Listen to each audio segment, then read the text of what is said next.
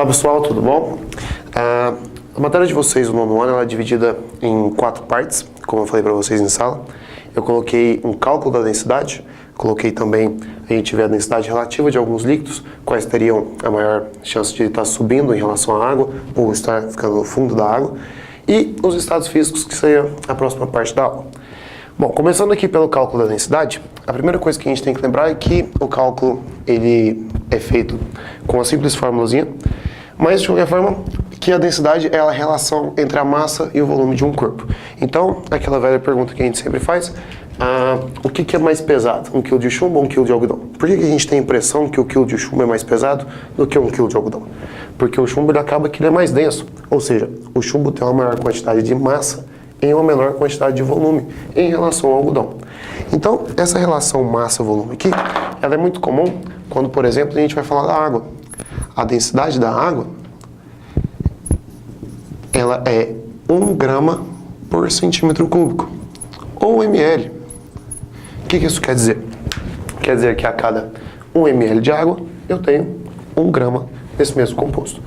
Se eu fosse calcular, por exemplo, a densidade de qualquer outro composto que eu quisesse, eu tenho uma pedra. E essa pedra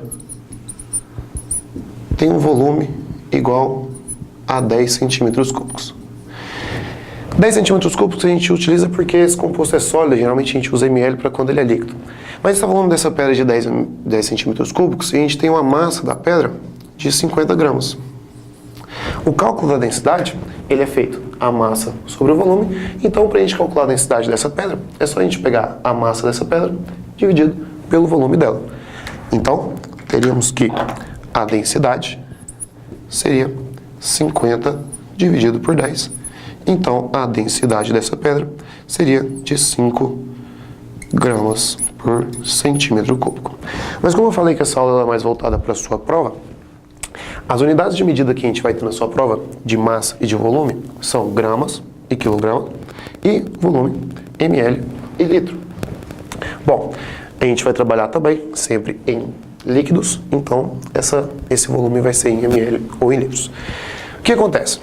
Depois de feito esse cálculo, que é muito simples, que é só dividir a massa pelo volume, a gente vai identificar se em relação à água, que vai ser o nosso composto padrão, se eles vão estar acima ou abaixo dela quando misturados.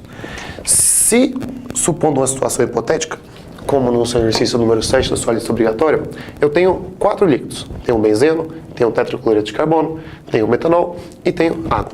Supondo que eles não se misturem, e eu vou misturar colocar os 4 compostos em um recipiente só. Quais deles ficariam mais acima, quais deles ficariam mais abaixo? Você tem que lembrar que aquele composto, quanto maior a densidade dele,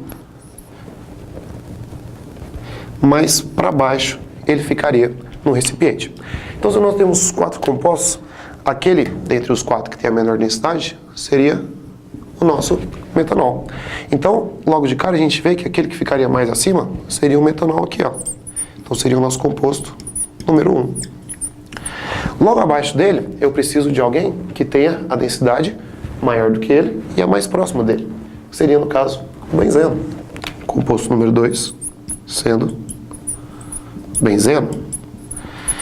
Bom, o composto 3, entre a água e o tetracloreto de carbono, vemos que a água tem uma densidade ainda menor do que o CCl4. Então, aqui teremos a água. E, por último, lá embaixo, o nosso tetracloreto de carbono, que eu posso falar também, que é CCl4. Então, todos esses compostos, na sua prova a gente tem 2 partes muito simples. Você vai calcular a densidade, sempre fazendo a massa dividida pelo volume, e você vai me dizer quais deles estariam, se eles irão afundar, se eles irão flutuar na água, quando colocados em contato. Continuando a segunda parte da sua prova, nós temos os estados físicos da matéria. Lembrando que os estados físicos que as matérias podem atingir são sólido, líquido e gasoso. Qual que é a principal diferença entre esses 3 estados físicos? O sólido é aquele estado físico onde as moléculas formadoras daquele composto estão bem mais unidas, estão bem mais próximas.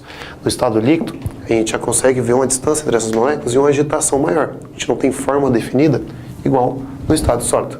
E no estado gasoso, a gente tem um completo caos entre essas moléculas que se agitam de forma totalmente irregular. Bom, desses três estados físicos, a melhor substância para a gente demonstrar, e aquela que você vê melhor no cotidiano, é a água. Pessoal, e aqui nós temos o gráfico das transformações físicas da água, onde nós encontramos os três estados físicos, sólido, líquido e gasoso, todos num intervalo muito curto de temperatura. Antes do 0 graus Celsius, nós encontramos a água sólida, que é a que nós temos lá no congelador, lá na sua casa. No 0 graus Celsius, nós temos a transformação sólido-líquido. O que acontece? Exatamente ao 0 graus Celsius, temos a passagem do sólido para o líquido e o intervalo de tempo onde as duas frações existem, até que esse composto, no caso a água, esteja totalmente líquida e possa, de novo, adquirir temperatura, para variar aqui do 0 até os 100 graus Celsius, no estado líquido. A 100 graus Celsius, nós temos, de novo, a transformação do estado líquido para o gasoso, onde as duas também existem, até que seja completado a minha transformação para esse composto entrar, então, no estado gasoso. Então, aqui nós observamos dois pontos extremamente importantes, que são o ponto de fusão, que é a passagem aqui do sólido para o líquido da água, encontramos 0 graus Celsius, e o ponto de ebulição, onde nós temos 100 graus Celsius. Esses dois pontos são muito importantes, que eles vão determinar para a gente quais são os estados físicos dessa água, dependendo da temperatura que a gente quiser. E essa é a segunda parte da sua prova, porque aqui, nessas transformações de estado físico aqui, nós vamos poder entender qual é a temperatura de cada substância a uma certa, qual o estado físico de uma substância a uma certa temperatura. Antes disso, a gente vai ver quais são as principais transformações de estado físico. A gente sabe que do estado sólido para o estado líquido, acabamos de ver que essa passagem chama fusão. Do estado líquido para o estado gasoso, chamamos de ebulição. Mas nós também temos os processos reversos, do gasoso para o líquido, como por exemplo acontece na chuva. Quando passamos do estado gasoso para o estado líquido, nós temos o chamado condensação.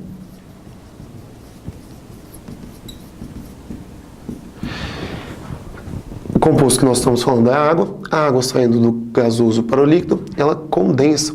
E quando ela vai do líquido para o sólido, que é quando a gente faz um gelo, é o que chamamos de solidificação. Bom, não é o caso da água, mas nós temos algumas substâncias que elas podem também passar direto do estado sólido para o estado gasoso, ou do estado gasoso direto para o estado sólido. Quando essa substância passa do estado sólido direto para o estado gasoso, é o que chamamos de sublimação. E quando ela passa do estado gasoso direto para o estado sólido, é o que chamamos de ressublimação ou sublimação inversa. Que é o caso do que a gente tanto fala, que é o gelo seco. Bom, eu coloquei aqui um exercício para vocês, que é o exercício 4 da lista obrigatória, para a gente identificar qual seria o estado físico da substância que a gente chamou aqui de X, a temperatura ambiente, que seria a temperatura de 25 graus Celsius. Olha só, o exercício fala o seguinte. Bom, um químico precisava de uma substância X pura, porém, com os poucos recursos destinados à pesquisa no país, só foi possível adquiri-la contaminada com Y. As propriedades físicas de X e Y são dadas na tabela a seguir. Identifique a temperatura do laboratório, 25 graus Celsius, qual é o estado físico da substância X. E aí nós temos uma tabelinha, onde nessa tabela a gente sabe qual é o ponto de fusão e o ponto de ebulição da substância X. Lembrando que, antes de atingir o ponto de fusão, a minha substância ela está sólida. Depois de passar o ponto de fusão, ela está líquida. E depois de passar o ponto de ebulição, ela está gasosa. Lembrando que se eu estiver exatamente no meu ponto de fusão, ela está sólida mais líquida, e exatamente no ponto de ebulição, ela está líquida mais gasosa. E aí o que acontece? Se eu tenho essa temperatura 25 graus Celsius, que é a temperatura do laboratório, a temperatura de fusão ela já foi ultrapassada. A minha temperatura do laboratório ela é maior do que o meu ponto de fusão. Quer dizer que ela já ultrapassou o meu ponto de fusão, ela está no estado líquido. Bom, o ponto de ebulição é 120 graus Celsius. Esse ponto de ebulição sendo 120 graus Celsius, quer dizer que eu ainda não atingi o ponto de ebulição. Ou seja, essa minha substância X, ela está no intervalo entre o meu ponto de ebulição e o meu ponto de fusão. Se ele está entre o ponto de fusão e ebulição, quer dizer que essa substância X, ela vai estar em um estado líquido. Fazendo um resumo de tudo, teremos então 4 matérias para a sua prova, bem simples. Cálculo da densidade, densidade relativa, mudanças de estado físico e qual estado físico vai estar a substância a uma determinada temperatura. Com essas 4 informações você consegue realizar todas as questões da sua lista e da sua prova. Bons estudos!